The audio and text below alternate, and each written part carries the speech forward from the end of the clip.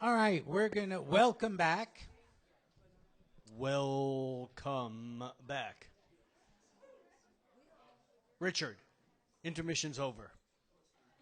Oh, it looks like it's just starting. Excuse me. Security. Insecurity. We have an elderly gentleman in distress. Okay, now that we've thoroughly embarrassed the Aquarians. What Rick and I are going to do is look at 3 charts. We're going to do this pretty quickly. The purpose of doing this is to just show you what individual astrology looks like as compared to the collective astrology that we spent most of the evening talking about. When an individual sees an astrologer, this is what they will be working with, a unique birth chart. Additionally, one of the reasons I like doing this is just to show you who don't know, and I'm sure many of you do, that charts look different, that there are innumerable Just like people. patterns of difference in astrological charts. So when we do your chart, we need you to identify yourself, and in this case, how do you say your name? Pietja? Pietja. Pietja. Pitya. Thank you. Pietja. Is that All right. Danish? Is that what is Dutch? All right. Well, there's so many places to start in a chart, but a very interesting place to start is right at this point here. Hold on, I just need to get the moon connected. Okay. That point, which would be 9 o'clock on a standard clock, is actually the ascendant, also known as the rising sign, cusp or border of the first house, and is the east. Our astrological charts are the reverse of conventional maps. We put south at the top, north at the bottom, east at the left, and west at the right. And we don't do that because we're weird. We do that because if you live in the northern hemisphere, And we're looking up. that's what the sky looks like. Planets rise to the left if you're looking in a southerly direction. And so what Pietja has here is a planet very close to the ascendant or the rising point. And any planet very close to the ascendant plays a very strong role in a person's life, particularly in terms of self-identification. And this planet is Neptune. Neptune, the planet of dreams, illusion, fantasy, faith, sensitivity, imagination, and spirituality. Drugs and alcohol. All of that. Just saying. Yeah. And not only is a Neptune rising person is usually hard to read when you look at them because Neptune is a shapeshifter. Neptune is the planet that has no form inherently of its own, but responds to whatever the environment gives it so that it can blend in. You know, this Neptune rising is interesting because it is Neptune rising and sun setting. Right. So that there you were at the moment of your birth, and on the eastern horizon, Neptune was just coming up over the horizon, but you were born just after sunset, moments, technically. The sun was literally on the western horizon, which means that you have the, oh, here comes a good word, nebulosity. Is that a word? Numinousness. The spiritual, non-physical, imaginative dimension of Neptune. The dreaminess, the connection with spirit. You have that pulling one way into your person, into the who you are, how you appear to other people, and yet that's reflected in relationship by the sun in the opposite sign of Gemini, and this is a dynamic that often complicates and adds magic, both, to relationships. Because oppositions, the sun is opposed Neptune, is about relationships. Because oppositions are inner, outer. It's that mirror, mirror on the wall again. And with Neptune involved, there's a high level of either romanticism or illusion. And illusions aren't incorrect, they're just based on dreams.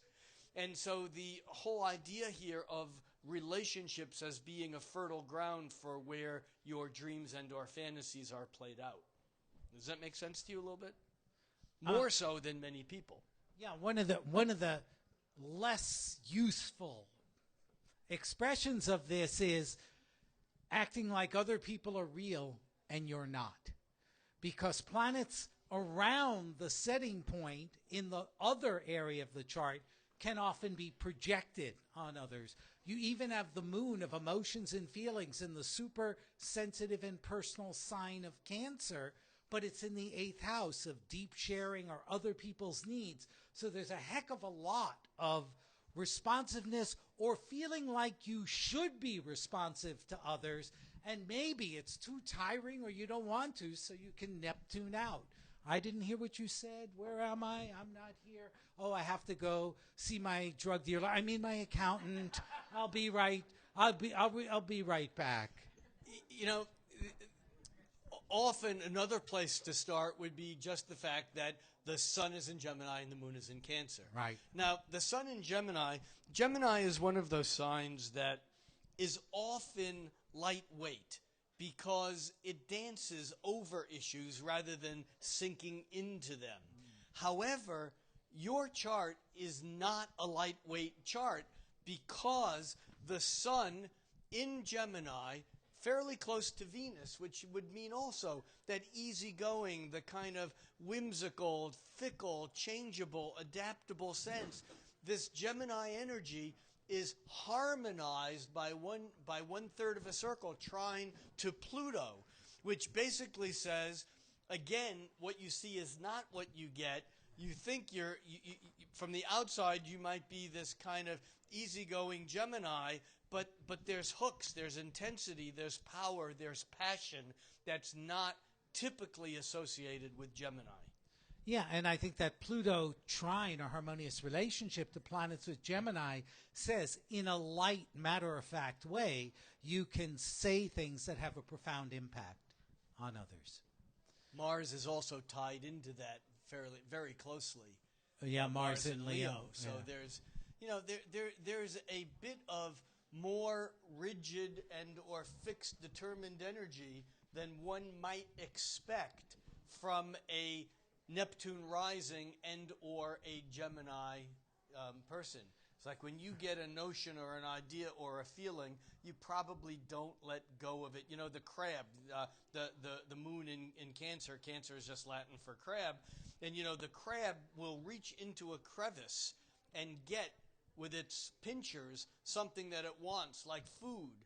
And it's like, think of a kid reaching into the cookie jar and grabbing 6 cookies, but now the hand is so big it can't come out of the cookie jar. Well, the crab will lose the claw before it lets go of what it wants.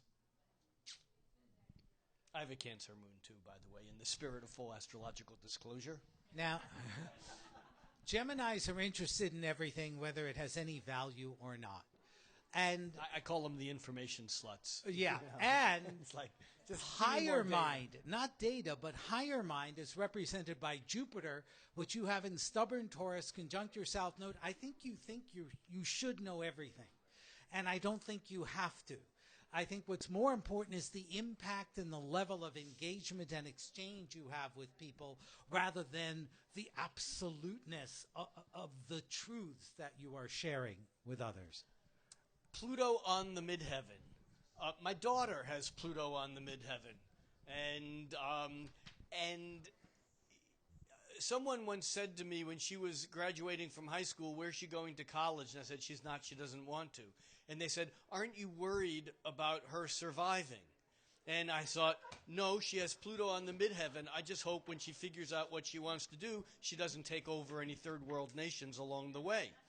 There's something about Pluto as knowing systems and working that and power, moving into power places. And with Pluto on the midheaven, I think that's a very important part of your chart about what you do in the outer world and how you can use your sense of working systems or that power or amassing power. And yet that point right now is under siege by this grand square that we talked about earlier in the evening, that is basically Mars is lining up there, making you even more driven to do whatever you want to do, but we can be so driven that that attracts other people to stop us. It's like there's some power struggle perhaps going on. Uranus is opposite that point right now. That point in your chart is really getting hit, and I would be surprised if there wasn't some transformation or change going on in your life about what you do, career, outer world, life purpose, life path, etc. Does that make sense to you a little bit? Okay, good job. Thank you, Pietro. Now, are they applauding us or her? Or just that we're done? Stop. Okay, I got it. No, that makes sense. Oh, they stopped. Yay. Phew. Yeah, they'll unlock the doors in a few minutes. Just relax. Bridget. Bridget. Bridget. Bridget. How'd you do that? Well, look at the patterns. Yeah, well, what Bridget wants, Bridget gets. She gets. Yeah, I think so. I think that's pretty clear. Bridget wants. You know, Rick earlier this evening talked about Venus as a planet of desire, and words like desire are big, and there may be other applications, but on the level of the signs, Scorpio probably wins in the desire category. And so what happens when Venus is in Scorpio in the midst of a cluster? Bridget gets what she wants. I agree. But it's almost like, I wonder if this is like The Princess and the Pea. Because while this Scorpio stuff is open-minded with revolutionary Uranus and sexy and sensual and very engaged with the lovers, Venus and Mars joined together in Scorpio. With Mercury. The moon, though, Venus, Mercury, Mars. The moon, though, is in chaste Virgo, joined with controlling Saturn.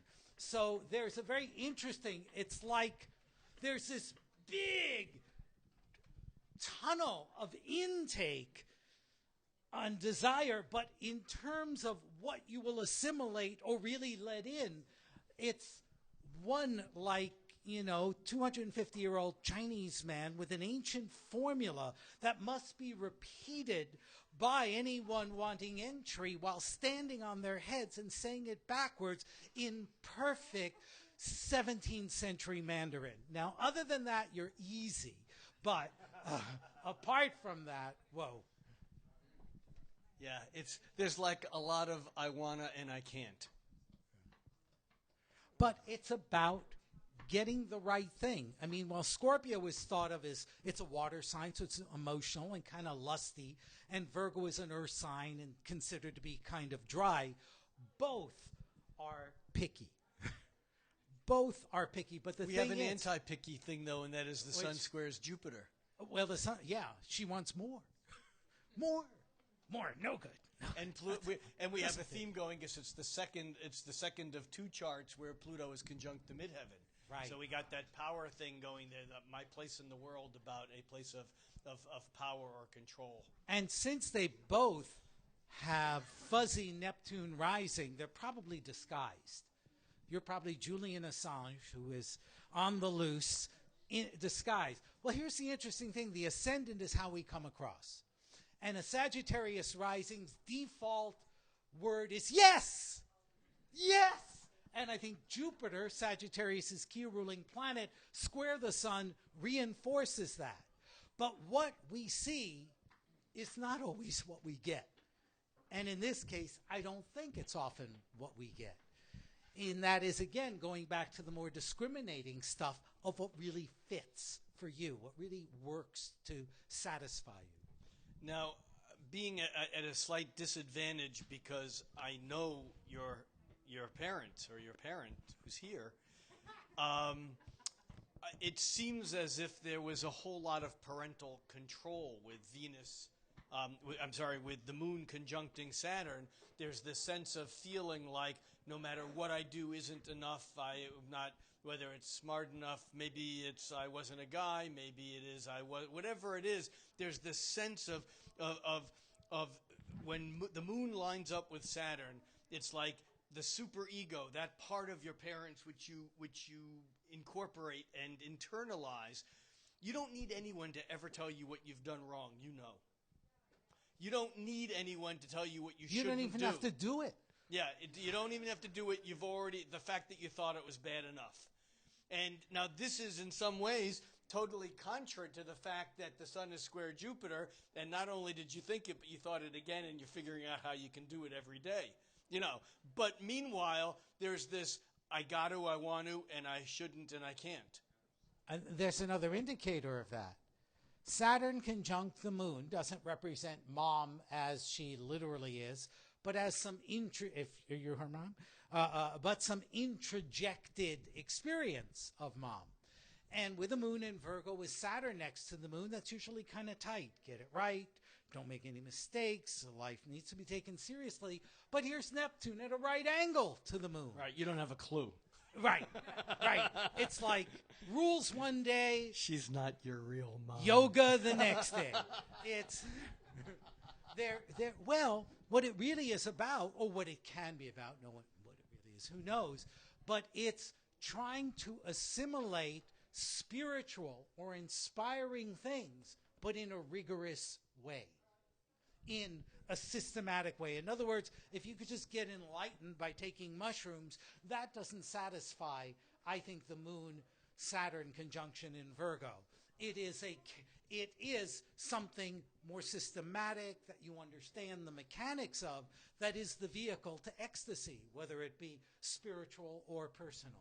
And let's talk about what was going on about a year or so ago when Saturn moved across your sun, as it does once every 29 years, and you had to come face to face with your own limitations or what you can't have, or something that you wanted or thought the way it was being taken away, or there was this sense of having to pull in and get real and having to work, work for what you want.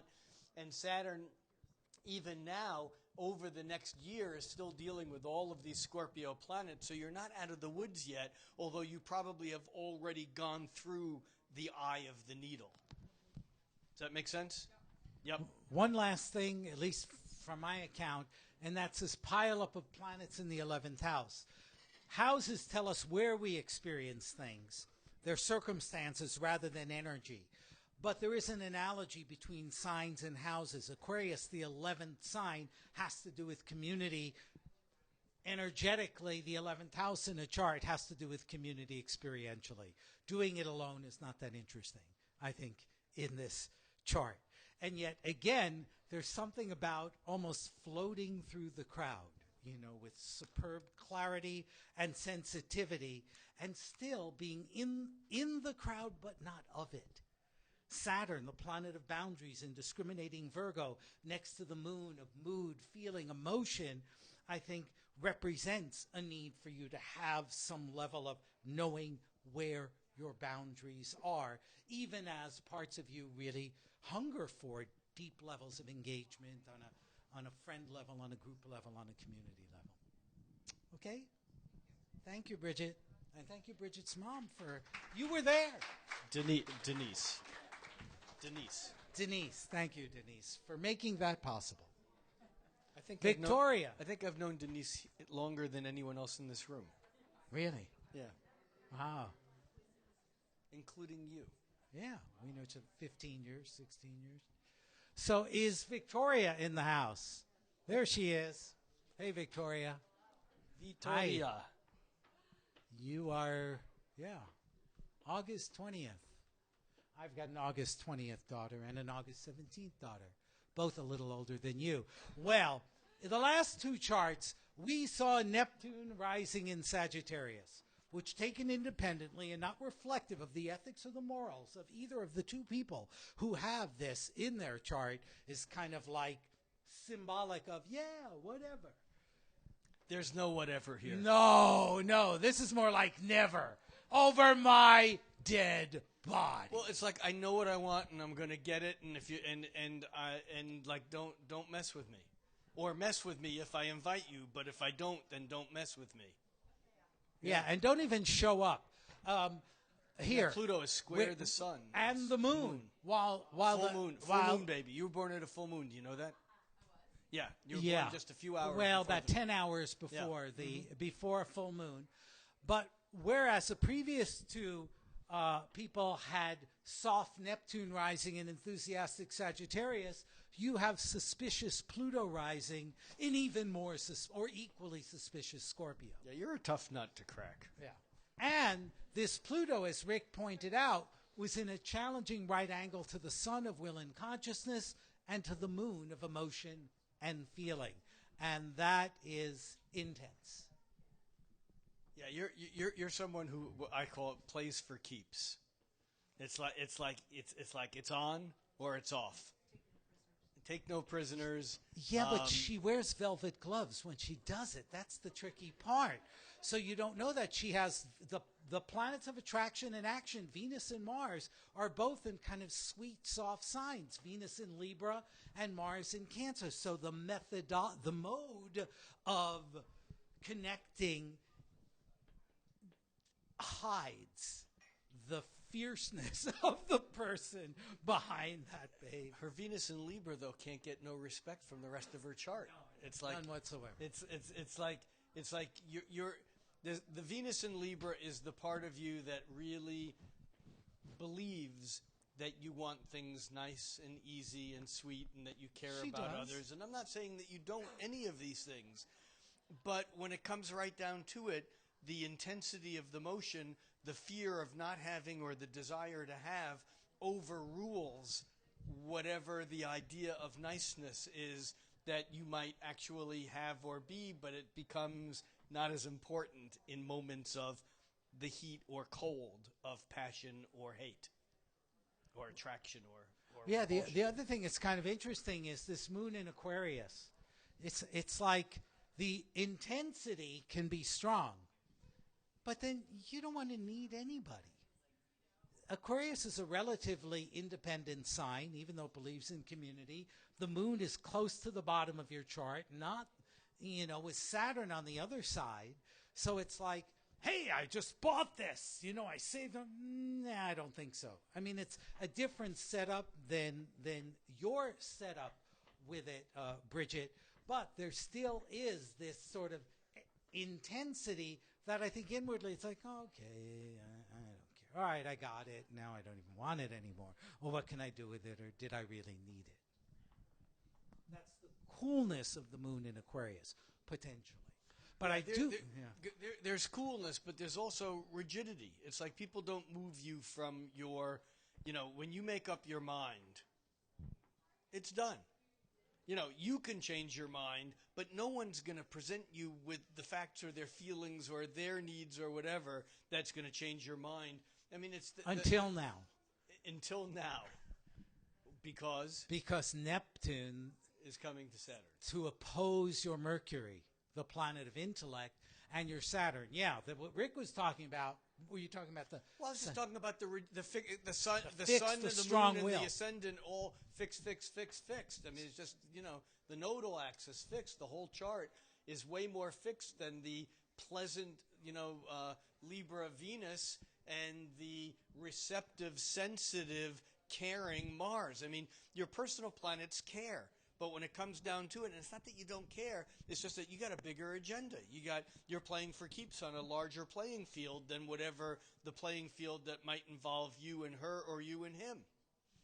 Him and her become secondary to your relationship with your life. And peace is a wonderful thing, but I think it's good for you to stir things up. If you think that part of your role in life is not to leave people as you find them, but to be an agent of transformation, I think that's a good application of Pluto rising, Scorpio rising, and your integrative lunar north node in Scorpio as well. One other thing, two other things. One real quickly is that you were also born with the what we astrologers call the social planets or the regulators, Jupiter and Saturn, harmonized, which is indicative of someone who can see what they want, make a plan, and get it. This is not about good luck, per se, unless luck is knowing which way to aim and what to take and how to get there. It might seem lucky from the outside, but I actually think with all the other things that we've set aside, that you're willing to put in the work to get to what it is that you want, and you do it, and therefore you can accomplish what you want. Yeah, fortunately, you can work and wine at the same time, so there's no problem. That's right. I mean, there's a grand water trine that's much more emotional than the hard edge that you would like to present sometimes to protect yourself, which is a good thing, I think. But I think that the other thing here is that you have a chart that is very much, I would say that there's something here that is an agent of change, a relationship coach. You may be early on in your life to make decisions about what you want to be, but the psychology and or the analyst kind of thing with that Pluto rising, right. You've been through enough stuff, has nothing to do with age. You've been through enough difficult stuff that you probably don't tell anyone or everyone about. That's about how you've gone to some pretty dark and deep places and worked with that energy, and it might be a way to salve that in yourself, working with other people going through similar changes. Does that make sense to you? And for this year, with inspirational Neptune opposing your analytical Mercury in Virgo, it's a good year to be less tight about facts and forms to allow inspiration and imagination to work. It's more like shifting from black and white illustrations to watercolors. And having the impressionistic or feeling side of your mind open up more. Yeah, I think it's about this year, and this may have begun even with Neptune going over the moon over the last several years and opposite the sun, but it's about dreaming. It's about allowing yourself to dream without having to, as Jeff said, be logical or make it real. Thank you. Thank you very much, Rick. Thanks, Jeff. Thank you all for coming out tonight. Have a great month, a great year, and we'll hope to see you in February. First Wednesday of the month.